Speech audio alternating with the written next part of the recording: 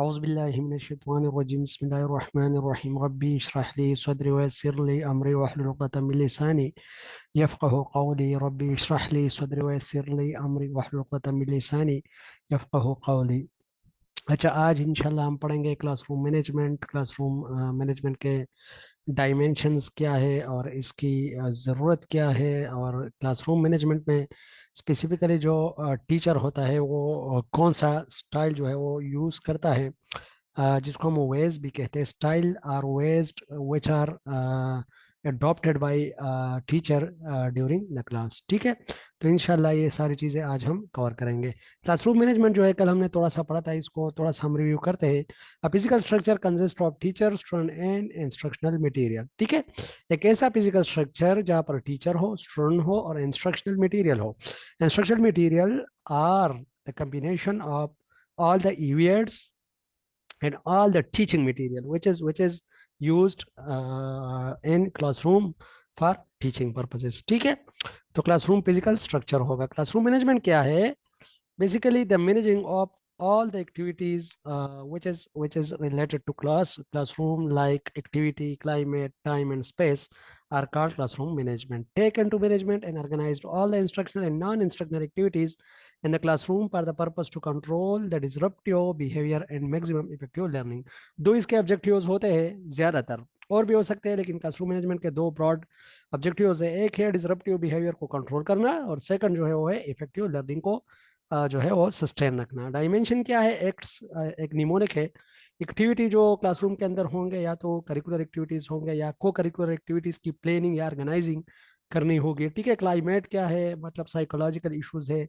Learner interest क्या है? Motivation उसमें है। उसमें साइलेंस और माहौल को जो है बिल्कुल पुरसुकून बनाना, ये सारी चीज़ें जो है हमारी साइकोलॉजिकल जो इमोशंस है वो साइकोलॉजिकल एनवायरनमेंट में आता है। ठीक है, ये हमने कल पढ़ी थी, इसीलिए मैं इसको थोड़ा सा टच कर रहा हूँ। टाइम, टाइम जो है, टाइम यूटिलाइज करना चाहिए बिल्कुल अकॉर्डिंगली। कल मैंने आप लोगों को कहा था, इसके लिए अगर आप लोग जो टीचर वर्बल टाइम होता है जो कम्युनिकेशन करता है टीचर क्लासरूम के अंदर, तो फ्लेंडर एनालिसिस अगर आप लोग पढ़ लो, तो फ्लेंडर ने कहा था कि 10 टाइप ऑफ इंटरेक्शन जो है वो स्टूडेंट और टीचर के दरमियान होती है क्लासरूम के अंदर। उन्होंने उसको कोड्स दिए थे, फिर वही चीज़ एक ऑब्जर्वर उसको ऑब्जर्व भी कर सकता है। ठीक है, तो आप लोग फर्दर जो है वो कंसर्न उसको कर सकते हो। ठीक है, अच्छा, स्पेस जो है, हम तीन तरीकों से हम स्पेस मैनेज कर सकते हैं। एक जो है हमारे पास यू शेप जो सिटिंग है, सिटिंग अरेंजमेंट, यू शेप जिसको हम हॉर्स शू भी कहते हैं। सेकंड हमारे पास लाइन के जो अरेंजमेंट है वो भी हो सकती है, और थर्ड हमारे पास मॉड्यूलर अरेंजमेंट होती है। ठीक है, क्लासरूम मैनेजमेंट के कुछ स्टाइल्स है, आज इसको थोड़ा डिटेल में पढ़ते हैं। अथॉरिटेरियन स्टाइल जो है, यहाँ पर टीचर जो होगा बिल्कुल ही कंट्रोल होगा, फॉर्म कंट्रोल होगा, स्टूडेंट की पार्टिसिपेशन नहीं होगी। अच्छा, ये भी हमने कल मेरे ख्याल में पढ़े थे, ये भी जल्दी जल्दी इसको खत्म करते हैं। क्वाइट क्लासरूम होगी, नो लर्नर इंटरसेप्शन होगी, नो कम्युनिकेशन और लेस कम्युनिकेशन होगी, नो क्रिएटिविटी, नॉट प्रिपेयर्ड। क्योंकि अथॉरिटेरियन स्टाइल जो है यहाँ पर क्रिएटिविटी नहीं होती, और बेसिक चीज़ जो है वो क्रिएटिविटी बहुत ही ज़्यादा इंपॉर्टेंट है, स्टूडेंट का इन्वॉल्व होना बहुत ज़्यादा इंपॉर्टेंट है।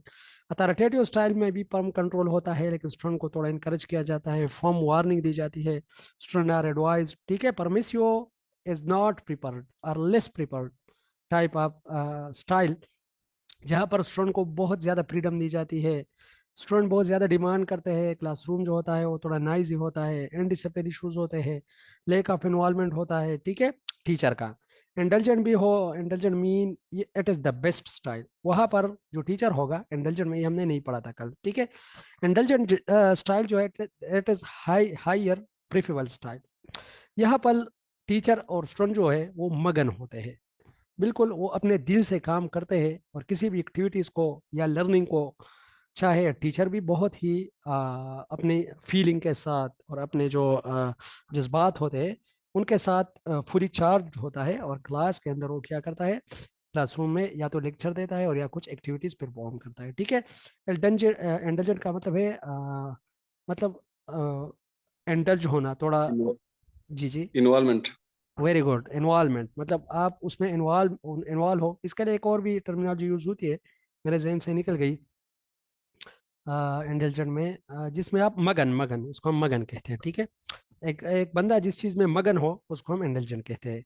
नो डिमांड फ्रॉम स्टूडेंट, यहाँ पर स्टूडेंट से डिमांड नहीं है, ठीक है, क्योंकि क्लास जो है वो बिल्कुल ही मगन और टाइप का है। एंगेजमेंट, जी जी। एंगेजमेंट नहीं, मैं उर्दू का कह रहा था, लेकिन मगन है इंटेलिजेंट का बेसिक जो माना है वो है मगन। मशगूल या मगन, हाँ सही बिल्कुल। है। मगन, मगन इस तरह होता है कि बिल्कुल आप अपने जज्बात, एहसासात और इमोशन के साथ किसी काम को कर रहे हो, दिस इज कॉल्ड मगन होना, ठीक है। नो ठीक है। डिमांड फ्रॉम स्टूडेंट, स्टूडेंट से कोई डिमांड नहीं होती, student are actively supported, student को सपोर्ट भी किया जाता है, student are motivated and self directed, highly prepare style. अगर आप लोगों से क्वेश्चन पूछा जाए या मुझसे पूछा जाए कि which type of style you will prepare, तो आप लोगों ने एक को चूज नहीं करना, याद रखिएगा। किसी भी चीज में आप लोगों ने एक को चूज नहीं करनी है। इसी तरह हुआ था, मेरा एक फ्रेंड है जो गया था इंटरव्यू के लिए, और उन्होंने क्वेश्चन पूछा था उनसे कि सुपरविजन में आप कौन सा टाइप यूज करोगे, तो उन्होंने डायरेक्ट कहा था कि ऑटोक्रेटिक टाइप, ठीक है। तो फिर वो खुद उसमें पंस गया था। उन्होंने कहा था क्यों ऑटोक्रेटिक टाइप, क्योंकि मतलब अगर आप लोगों से क्वेश्चन पूछा जाए कि कौन सी फिलासफी, कौन सा टीचिंग मेथड, कौन सा टीचिंग स्टाइल, तो आप लोगों ने क्लिक टिक, मतलब कोई भी on the basis of situation, क्योंकि कहीं कहीं अथॉरिटेटिव की भी बहुत ही ज़्यादा ज़रूरत होती है। अगर हम डिसिप्लिन को मेंटेन रखना चाहे तो फिर हमें अथॉरिटेटिव की ज़रूरत होती है। अगर हमारे स्टूडेंट जो है वो वेल स्किलफुल स्टूडेंट है, हाई पाई स्टूडेंट है, फिर परमिसिव जो स्टाइल है, this is the best style, ठीक है। लेकिन अगर स्टूडेंट इस तरह है कि वो थोड़े मतलब शरारती है, और जिस तरह हमारे पाकिस्तान के नॉर्मल स्टूडेंट है, तो इसके लिए इंटेलिजेंट स्टाइल जो है, this is the best and perfect style, ठीक है। अच्छा, टेक्निक क्या है क्लासरूम मैनेजमेंट का, ये इंटरव्यू क्वेश्चन भी है। इंशाल्लाह आज रात को इंशाल्लाह कोशिश करूंगा क्लास हमारी होगी। कल नहीं हुई थी, कुछ इश्यूज थे, दैट्स वाई आज इंशाल्लाह क्लास होगी हमारी, उसमें भी ये क्वेश्चन शायद इंक्लूड होगा। फर्स्ट है फोकसिंग। स्टूडेंट की फोकसिंग डेवलप करने के लिए हम क्या करते हैं, स्पेसिफिकली हम चीज़ों को इंटरेस्ट बनाते हैं फर्स्ट, ठीक है। सेकंड, हम एक्टिविटी बेस्ड लर्निंग जो है उस पर फोकस करते हैं, this is the second thing. Third जो है, माहौल को हम कंड्यूसिव बनाते हैं, ठीक है।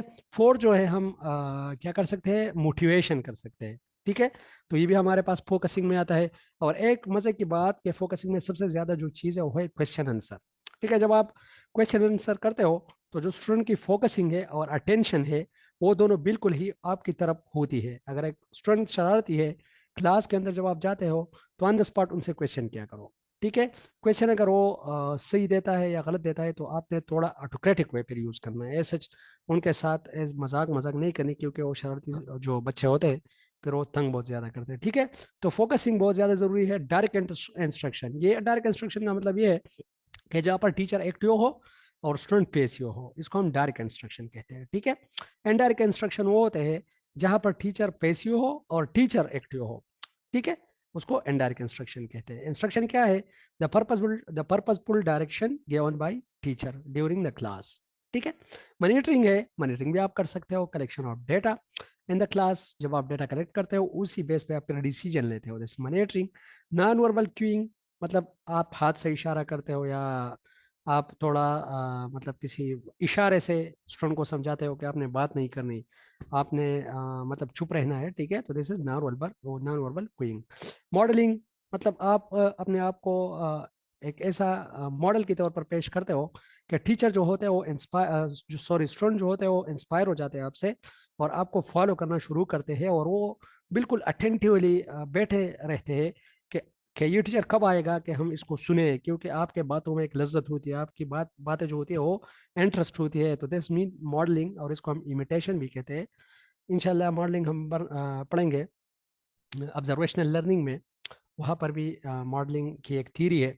इंशाल्लाह साइकोलॉजी पे जाएंगे एक 2-3 लेक्चर के बाद, क्योंकि कुछ चीज़ें रिमेनिंग है हमारे T A D A rules, उसको हम थोड़ा पढ़ेंगे। फिर हम इंशाल्लाह जो हमारी इफिशेंसी एंड डिसिप्लिन रूल है 2011, उसको भी थोड़ा टच देंगे, उसमें जो मेजर मेजर चीज़ें हैं उसको भी थोड़ा कवर करेंगे, क्योंकि वो चीज़ें बहुत ज़्यादा इंपॉर्टेंट है, ठीक है। एनवायरमेंटल कंट्रोल, एनवायरमेंट को भी आप लोग कंट्रोल करके, अक्सर इस तरह होता है कि बच्चे क्या करते हैं, जो विंडोज खुले हुए होते हैं वो बाहर देखते हैं, या उसकी अटेंशन जो है वो ठीक ठीक नहीं होती। तो यूनिवर्सिटी में, हमारी यूनिवर्सिटी में इस तरह की इशू थी, पिशावर यूनिवर्सिटी के ये जो नए एकेडमिक ब्लॉक बन गए हैं, तो फिर वहाँ उन्होंने इस तरह किया कि वो जो शीशे थे वो बिल्कुल वाइट थे, ट्रांसपेरेंट थे। तो उन पे ब्लैक ब्लैक कवर्स उन्होंने लगा दिए कि ये जो अंदर क्लास है ये डिस्टर्ब ना हो बाहर के इन्वायरमेंट से, और बाहर का जो क्लास है, बाहर जो लोग इधर उधर हो रहे हैं उसके अटेंशन जो है वो अंदर ना जाए। ठीक है, तो यही इन्वायरमेंटल कंट्रोल है। ठीक है। अच्छा, ये है techniques for classroom management. Conflict resolution, ये बहुत ही ज़्यादा इंपॉर्टेंट है। ये क्वेश्चन बार बार पूछा गया है पहले कि अगर क्लास में या आपके स्टाफ में कोई झगड़ा हो जाए तो आपने रिजोल्यूशन किस तरह करनी है।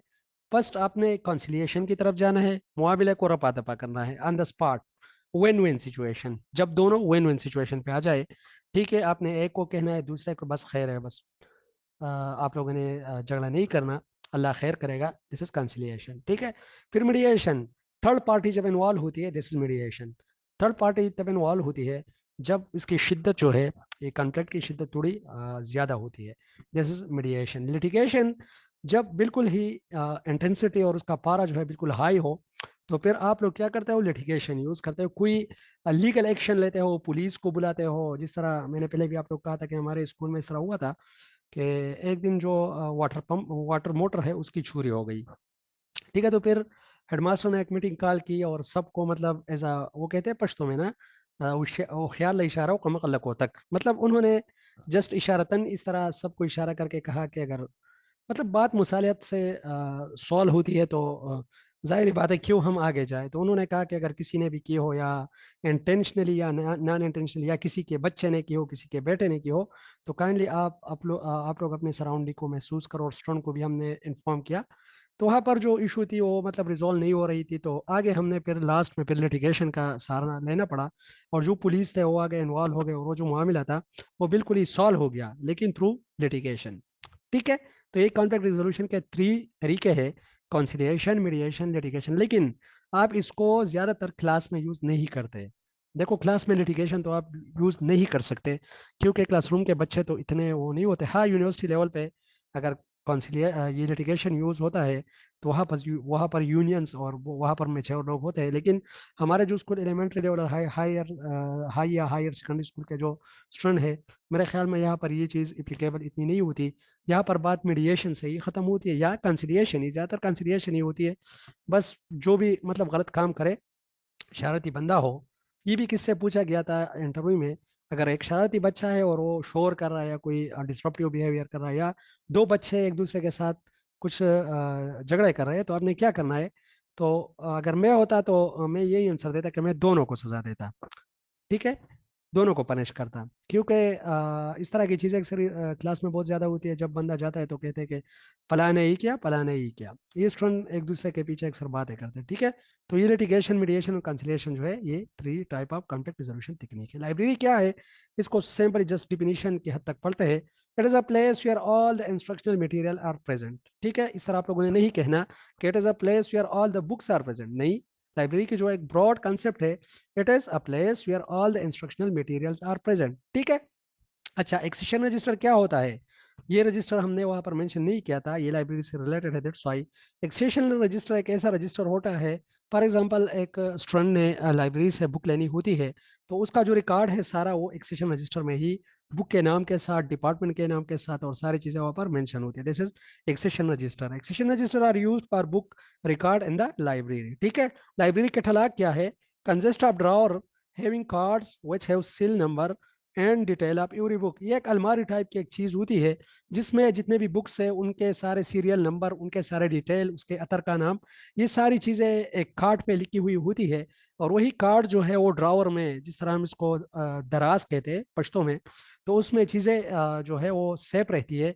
किसी बुक का अगर आप लोगों ने डेटा निकालना है तो उसका जस्ट सीरियल नंबर आप लोग जब मालूम करते हो लाइब्रेरियन से, तो वहां पर जाके डायरेक्ट आप बुक को कंसर्न कर सकते हो। या अक्सर इस तरह होता है, जो बड़े कबर्ड्स होते हैं ऊपर लाइब्रेरी में, तो वहां पर इसके सीरियल नंबर लगे हुए होते हैं, तो उनसे आप डायरेक्ट निकाल सकते हो उसका रिकॉर्ड का, इसका अतर कौन है, ये बुक कहाँ पर पड़ा है। ये बड़ी बड़ी लाइब्रेरियों में जो है ये चीज़ें वहां पर होती है। ठीक है। अच्छा, फिर टाइम टेबल क्या है, ये भी बहुत ज़्यादा इंपॉर्टेंट है। टाइम टेबल के 7 टाइप्स है। There are 7 types of time table. Time table क्या है, इसको हम spark plug of the school भी कहते हैं, और इसको हम टाइम टेबल को हम एक और भी नाम कहते हैं, वो तो मैं थोड़ा भूल गया, अभी आगे आ रहा है इंशाल्लाह। मास्टर टाइम टेबल है ये एक। है। जी, मिरर मिरर, वेरी गुड, शाबाश। Mirror of the school and spark plug of the school as time table, ये ऑब्जेक्टिव पेपर में आए हैं।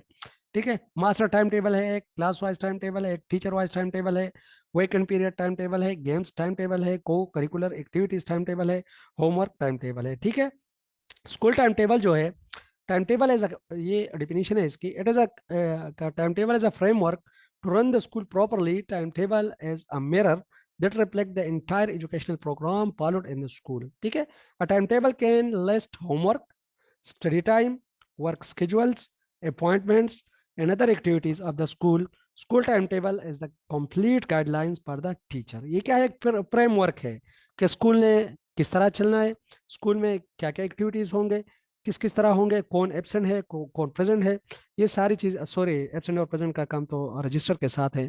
ठीक है, लेकिन यहाँ पर कौन क्या करेगा, किस टाइम पे करेगा, ये सारी चीजें टाइम टेबल में मेंशन है। टाइम टेबल के एक सिंपल सी डिफिनीशन है, what to do, and by whom to do, and when to do. ये तीन चीजें जो है इसमें आप लोगों को आंसर होती है।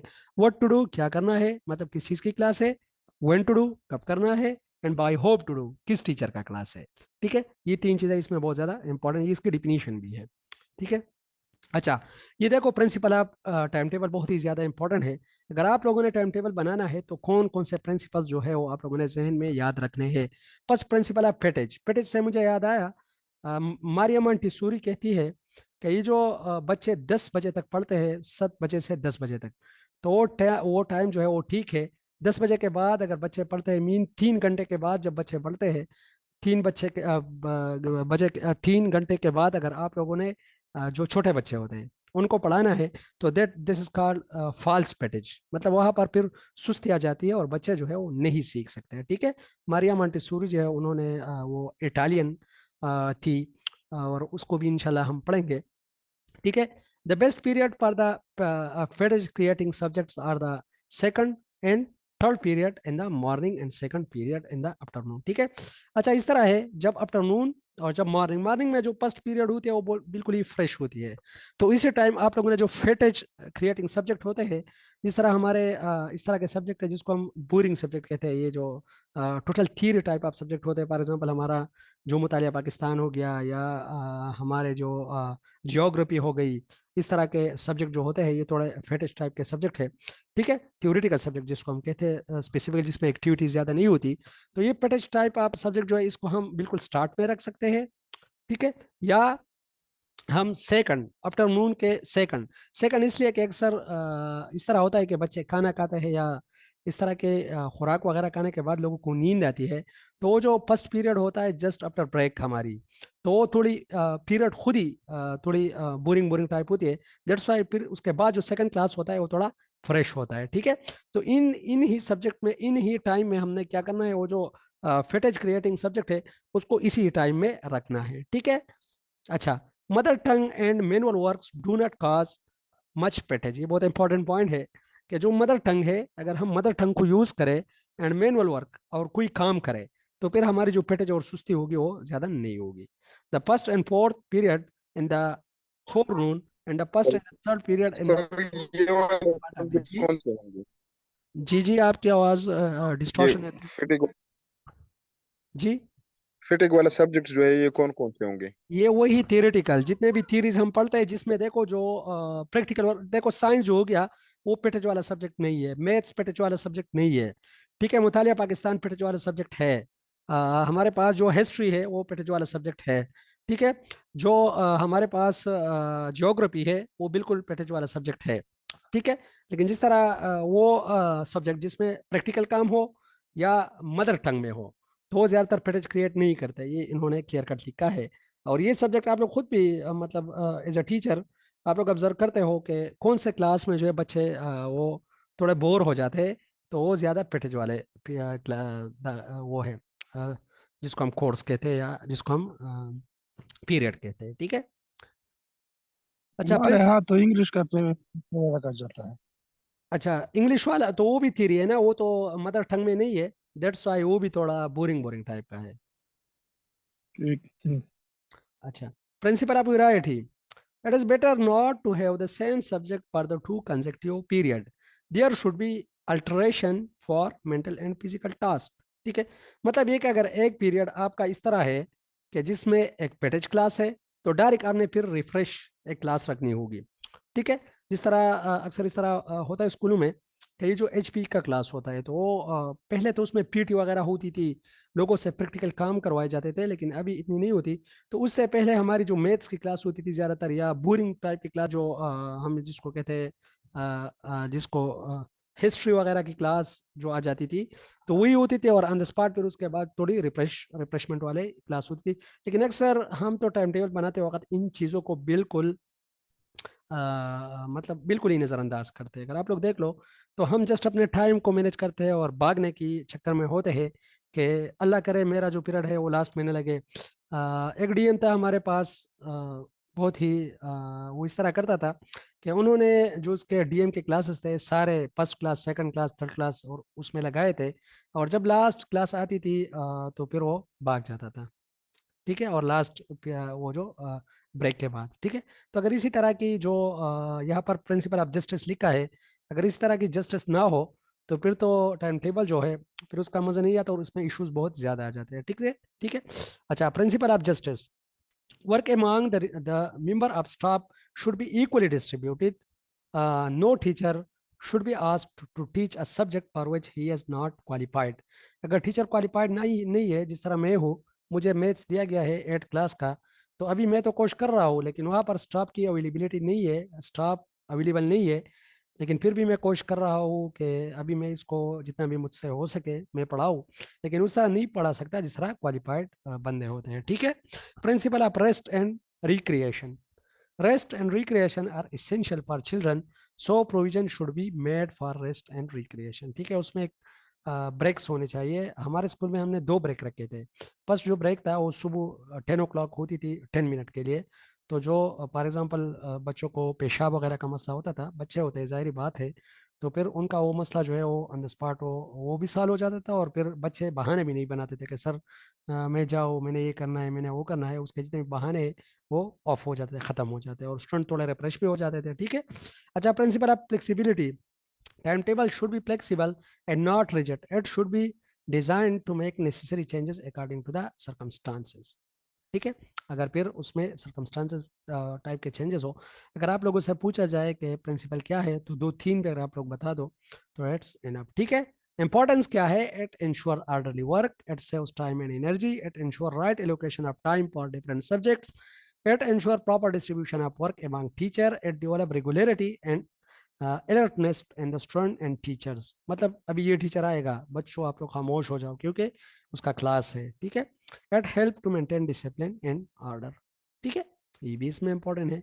और टीचर जो है उसमें थोड़ा फ्रेश भी हो जाता है। अगर टाइम टेबल हो, एक क्लास बंदा लेता है तो आके थोड़ा रेस्ट करता है, फिर अगेन जो है दूसरे क्लास के लिए चला जाता है, तो फिर वो जो बॉर्डम है वो उसकी खत्म हो जाती है। ठीक है, content of time table, time of beginning of ending of the school day, time of beginning and ending of each period, subject and activities offered during a specific period, name and teachers engaging each subject, name of the teacher in charge of each division. ये तो simple ही चीज़ है, आप लोग अपनी school के time table को जहन में रखो कि कंटेंट उसमें क्या है। टीचर का नाम होना चाहिए, सब्जेक्ट का नाम होना चाहिए, स्टार्टिंग टाइम होना चाहिए, ख़त्म होने वाला टाइम होना चाहिए, एक्टिविटीज़ होनी चाहिए, क्या करना है उसमें, ये सारी चीज़ें उसमें इंपॉर्टेंट है। ठीक है। अच्छा, एक हमने स्कूल टाइम टेबल पढ़ा था, अब ये टीचर वाइज टाइम टेबल है। This time table focuses on the teacher, the whole course is distributed teacher wise. ठीक है, टीचर टाइम टेबल वो होता है जो हेडमास्टर के टेबल पे होता है, और वही ऑब्जर्व करता है कि अभी किस टीचर का क्लास है।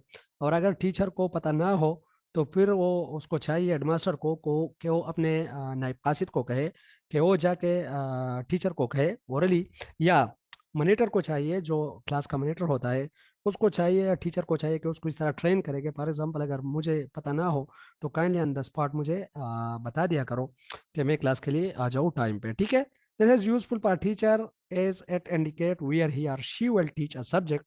Teacher time table should also indicate a schedule for time non academic duties. Non academic duties मतलब ये कि उसके और भी ड्यूटीज होती है, ये आगे आ रहा है। नॉन एकेडमिक ड्यूटीज के लिए जो करिकुलर एक्टिविटीज होती है वो क्या होती है और उसके लिए कौन सा टाइम टेबल यूज होता है। ठीक है। अच्छा, एक मास्टर टाइम टेबल होता है जो टीचर, ये भी हेडमास्टर के साथ अक्सर या हेडमास्टर के ऑफिस में लगा हुआ होता है। इस मास्टर टाइम टेबल में स्कूल की सारी चीज़ें जो है वो comprehensively रिकॉर्ड होती है. This time table gave a complete, correct and comprehensive picture of the entire school program. It consolidate time table.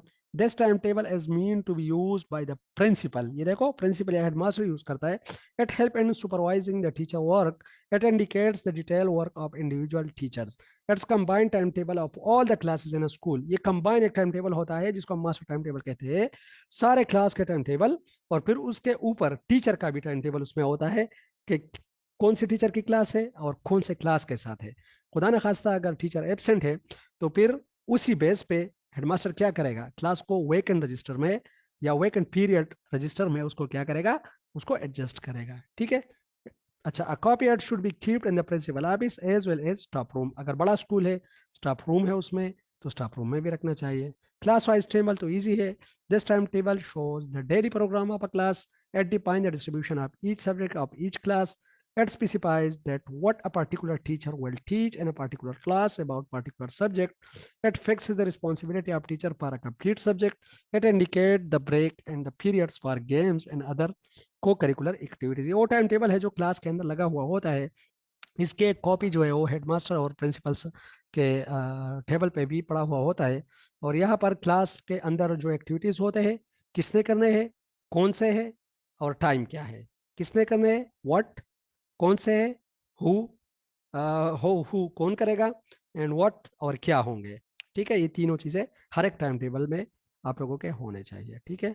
अच्छा, गेम्स टाइम टेबल भी होते हैं स्कूल के अंदर. This indicate the games which each class will be involve with a particular time. देखो हर एक class है तो उसको टाइम मिलना चाहिए. हम अक्सर इस तरह करते हैं, जो स्पोर्ट्स के टाइम या गेम्स वगैरह होते हैं तो उसके उसमें अक्सर बास्केटबॉल का अलग टीम, वहाँ पर हॉकी का अलग टीम, वहाँ पर क्रिकेट का अलग टीम, तो उनके लिए स्पेसिफिक टाइम जो है वो यहाँ पर मैनेज करते हैं. तो this is games time table. This time table shows which particular group engage in a particular time game at a particular time. ठीक है. अच्छा.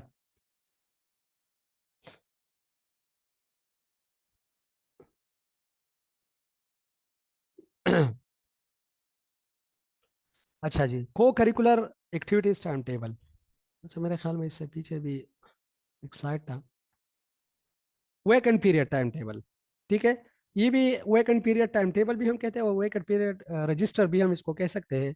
लेकिन वेकेंट पीरियड टाइम टेबल जो होता है एक हेड मास्टर के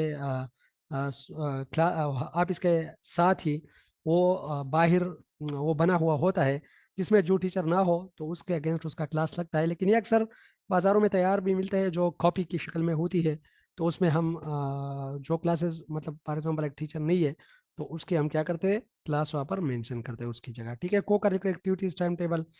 ठीक है. ये तो अक्सर हम यूज़ नहीं करते स्कूल के अंदर, लेकिन ये भी बहुत ज़्यादा इंपॉर्टेंट है कि स्टूडेंट की जो को करिकुलर एक्टिविटीज़ है उसको भी हम दे. फॉर एग्जांपल अभी हमने कहना है कि पीर के दिन स्टूडेंट ने जो है होमवर्क करना है. ठीक है. तो हम उसको देते हैं. ठीक है. मंगल के दिन स्टूडेंट ने जो है फिर कुछ एक्टिविटीज़ करनी है, एक प्रोजेक्ट बनाना है. ठीक है. ये भी है. अच्छा, को करिकुलर एक्टिविटीज़ में हमारे पास ये जो ब्रेक है ये भी को करिकुलर एक्टिविटी है. जो हमारी असम्बली है ये भी को करिकुलर एक्टिविटी है. ठीक है. तो ये सारी चीज़ें हमारी को करिकुलर एक्टिविटीज़ में आ जाते हैं. ठीक है. अच्छा जी, ये टाइम टेबल का किस्सा ख़त्म हो गया. मैंने थोड़ा रफ थॉरली इस पे गया क्योंकि ये चीज़ें इतनी ज़्यादा और इतनी मुश्किल नहीं थी. ठीक है. अभी ड्रॉप आउट क्या है, ये भी बहुत ज़्यादा इंपॉर्टेंट है. ड्रॉप आउट हम किसे कहते हैं, when a student have leave school permanently without completing their academic programme. जब एक स्टूडेंट अपना प्रोग्राम कंप्लीट किए हुए बगैर स्कूल कंप्लीटली छोड़ता है, परमानेंट छोड़ता है. अगर एक स्टूडेंट चला जाता है, उसकी जो स्कूलिंग सर्टिफिकेट सर्टिफिकेट है वो है, तो फिर वो ड्रॉप आउट में नहीं काउंट होगा. अगर स्टूडेंट एक स्कूल से दूसरे स्कूल की तरफ गया वो काउंट नहीं होगा. ठीक है.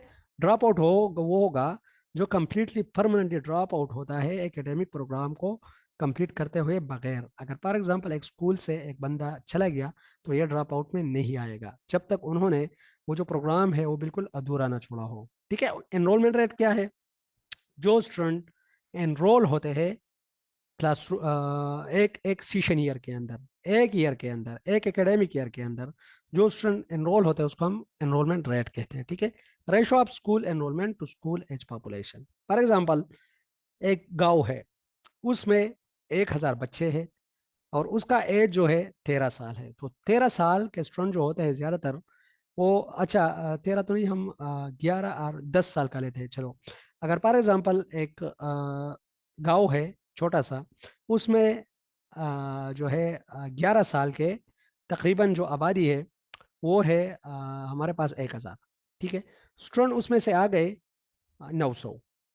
ठीक है, तो हमने क्या कर फिर क्या करना है, जो स्टूडेंट आ गए और जो स्टूडेंट टोटल है उसका रेशो निकालते हैं। जो जो बच्चे हैं गांव में उसका रेशो निकालते हैं, तो this is called enrolment rate. ठीक है। अच्छा, ग्रास एनरोलमेंट रेट अच्छा क्या है सर, जी जी। यहाँ पर एज के हवाले से क्वेश्चन जहन में आया कि जो प्राइमरी एज, प्राइमरी जी जी। लेवल पे ना कितना एज होना चाहिए बच्चे का, और हायर? अच्छा, प्राइमरी आवाज़ मेरी पहुंच रही है सिराज भाई? जी सर बिल्कुल। अच्छा, प्राइमरी का आपने पूछा और सेकंड आपकी आवाज़ थोड़ी ब्रेक हो गई, प्राइमरी और सेकेंडरी की। जी जी बिल्कुल, सेकेंडरी अच्छा, और प्राइमरी, प्राइमरी। ये देखो प्राइमरी का जो है वो तो ईसीई जिसको हम कहते हैं वो 3 से 5 साल है अभी ईसीई। अभी न्यू जो कॉन्सेप्ट आया है सिंगल नेशनल करिकुलम में, ईसीसीई। ठीक है, जिसको हम early child and care education कहते हैं, तो वो है 3 to 5 ईयर। ठीक है। अच्छा, 6 ईयर में जो ठीक है, है। 6 ईयर में एक बच्चे को हम क्या करते हैं, एडमिट करते हैं प्राइमरी स्कूल में। तो अभी 11 ईयर तक वो क्या करेगा, या 10 ईयर तक ज़्यादा से ज़्यादा वो प्राइमरी स्कूल में रहेगा। फिर 11 ईयर जो है स्पेसिफिकली वो कहा जाएगा, वो मिडल की तरफ शिफ्ट होगा, 11, 12, 13। ठीक है, जो हमारे बच्चे अक्सर जाते हैं 8 क्लास से, जब हम उसको मिडल। स्कूलिंग सर्टिफिकेट, हाँ स्कूलिंग सर्टिफिकेट जब हम उसको देते हैं, तो उसकी एज 13 साल होती है, या 13 से थोड़ा ज़्यादा होती है, 1 महीना 2 महीना। ठीक है, तो इसी तरह की एडजस्टमेंट है। और जब वो आगे जाता है 9th और 10th क्लास के लिए, तो उसकी जो एज है वो 14 होनी चाहिए एटलीस्ट। एटलीस्ट तो नहीं कह सकते, मतलब 14 होनी चाहिए। ठीक है, तो इससे आगे फिर आप खुद ही इसको जो है डिवाइड किया करो। ठीक है, फिर तो रेस्ट्रिक्शन तो नहीं है सच, क्योंकि इलम सर जो है, रिस्ट्रिक्शन है, रिस्ट्रिक्शन, सर नहीं रिस्ट्रिक्शन है। नहीं, इसकी अभी इसकी मैं बात नहीं कर रहा, मैं ओवरऑल एजुकेशन की बात कर रहा हूँ।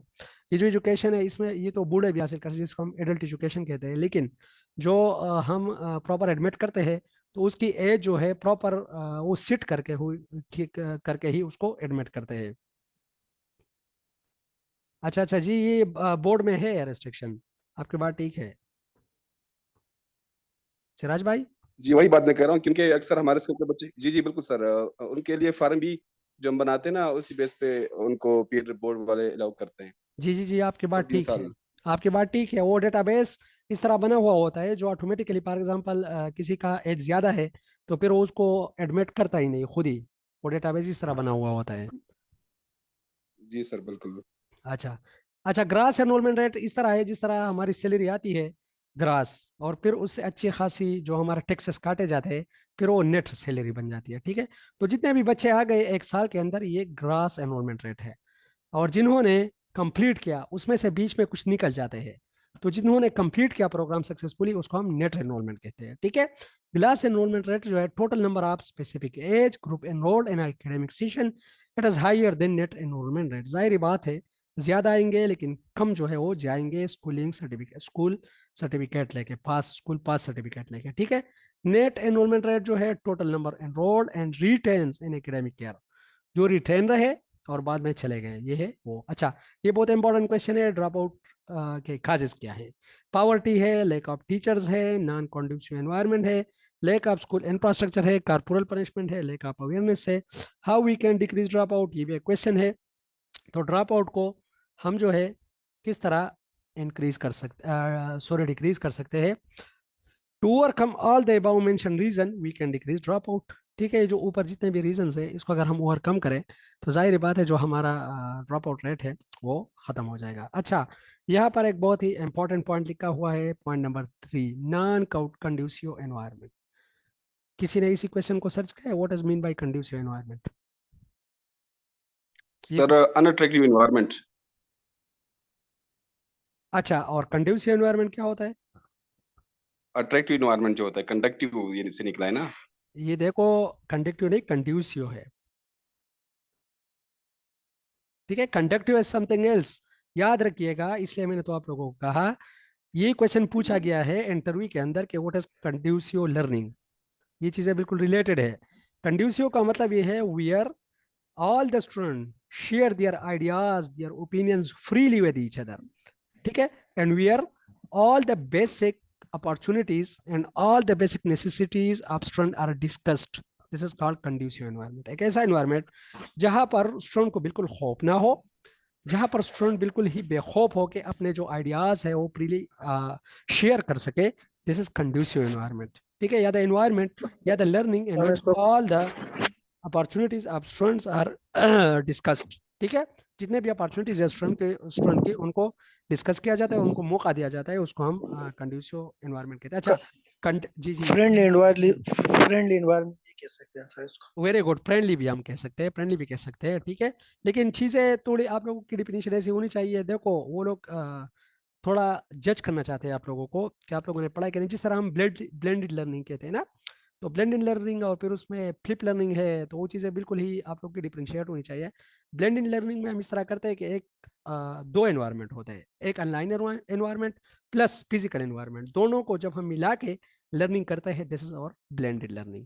फ्लिप लर्निंग है, फ्लिप लर्निंग वो है जिसमें फॉर एग्जांपल बच्चे जो है वो घर में पढ़ते हैं और फिर आके स्कूल में जो उसके इश्यूज होते हैं, बड़े बड़े जो मोटे मोटे पॉइंट्स उनको आते हैं या मसले होते हैं, तो स्कूल में ही डिस्कस किए जाते हैं, ठीक है। ये इंशाल्लाह आगे हम पढ़ेंगे।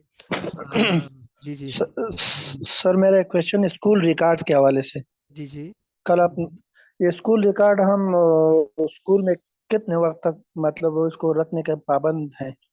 ये तो उसी वक्त तक जब तक आपको मौत नहीं आती और जब तक आप जो है ट्रांसफर नहीं होता है या आपकी आपकी रिटायरमेंट नहीं होती।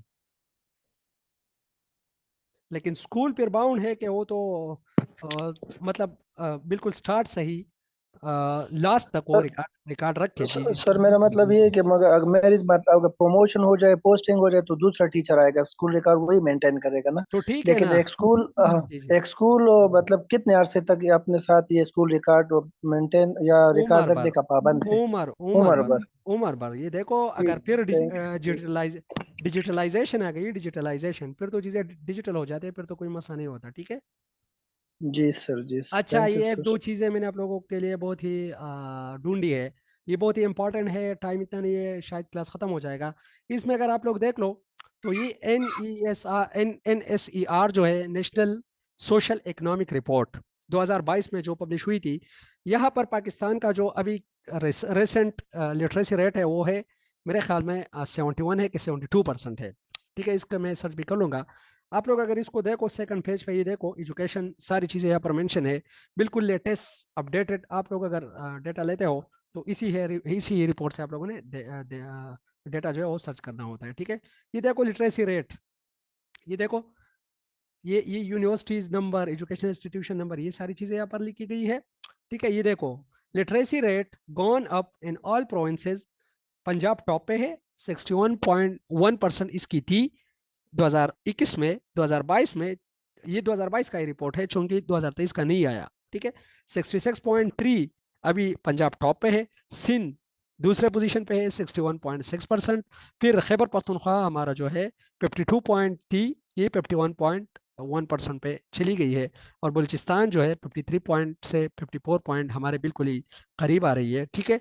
तो ये चीज़ें बहुत ज़्यादा इंपॉर्टेंट होती है, स्पेसिफिकली खैबर पख्तूनख्वा के जो लिटरेसी रेट है वो आप लोगों ने बिल्कुल ही इसको इग्नोर नहीं करना। और उसमें आप लोगों ने जो मेल और फीमेल का है, मेल उसमें मेरे ख्याल में 71% है, फीमेल जो है मेरे ख्याल में 41% है। इसी तरह का कोई लगभग आप लोग स्टेटिस्टिक भी देख लो, कि मैं आप लोग के साथ शेयर कर लूँगा और आप लोग इनको पढ़ो, बिल्कुल थारोली पढ़ो। इनमें बहुत ही इंपॉर्टेंट चीज़ें हैं जो इंटरव्यू के। अच्छा, नीचे ये एक स्लाइड में जीडीपी, यूनेस्को ने 4% ऑफ जीडीपी एजुकेशन पे कंज्यूम करने को कहा था। यूनेस्को ने कहा था कि आप लोगों की 4% जीडीपी जो है वो एजुकेशन के लिए मुख्तस होना चाहिए, लेकिन अनफॉर्चुनेटली अभी तक 1.7, ये जो 2022 की रिपोर्ट आई है इसमें 1.7% ऑफ जीडीपी जो है जस्ट एजुकेशन के लिए मुख्तस की गई है। तो मतलब ये कि फोर, कहाँ पर 4% और कहीं पर और 1.7%, हम बहुत ही दूर है। हम एजुकेशन को उतना ही उसका हक नहीं दे रहे हैं जितना उसका हक होना चाहिए। अगर आप लोगों से पूछा जाए कि कितना जीडीपी करंटली जो है कंज्यूम हो रहा है एजुकेशन पे, तो 1.7% हो रहा है। यूनेस्को ने कितना रिकमेंड किया था? 4% रिकमेंड किया था। कब रिकमेंड किया था? 1958 में, आई थिंक शरीफ कमीशन में उन्होंने रिकमेंड किया था। ठीक है, ये चीज़ें बहुत ही ज़्यादा इंपॉर्टेंट है। ठीक है, ये आप लोग फिर खुद पढ़ लो, इस रिपोर्ट को मैं आप लोग के साथ शेयर भी कर लूँगा। ठीक है, अच्छा किसी का कोई क्वेश्चन हो तो, टाइम तो मेरे ख्याल में इज ट्रेनिंग। जी